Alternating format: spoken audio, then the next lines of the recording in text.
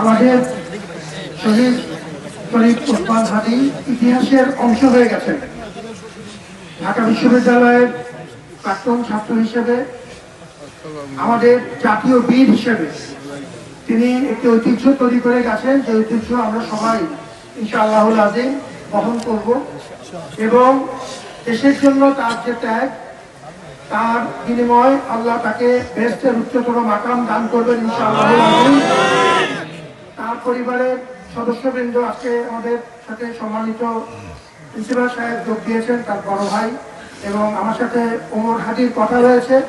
আমরা মনে করব যে তার পরিবারের সদস্য ঢাকা বিশ্ববিদ্যালয়ের সম্প্রসারিত পরিবারের অংশ, এবং আমরা আমাদের তরফ থেকে শুধু একটু খুব বিনীতভাবে আপনাদের সবার যেহেতু দোয়া আছে তার প্রতি জন্য জানাচ্ছি যে ঢাকা বিশ্ববিদ্যালয়ের এই মসজিদ সংলগ্ন যে আমাদের যে কবরস্থান, এটি আমরা ঢাকা বিশ্ববিদ্যালয়ের চূড়ান্ত সম্মাননা জানানো।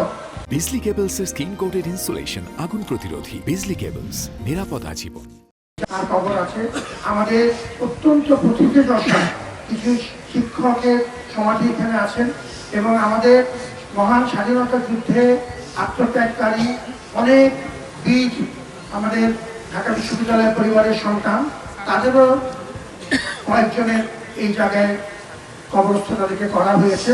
এটি ঢাকা বিশ্ববিদ্যালয়ের পক্ষ থেকে একটি সম্মান জানানো, সারা দেশের পক্ষ থেকে আপনাদের সবার দোয়া নিয়ে এই জায়গাতে তার যে ব্যবস্থা হয়েছে, এটি আমরা মনে করি ঢাকা বিশ্ববিদ্যালয় তার সন্তানকে বুকে নিয়েছে, মা তার সন্তানকে আবার ফেরত পেয়েছে।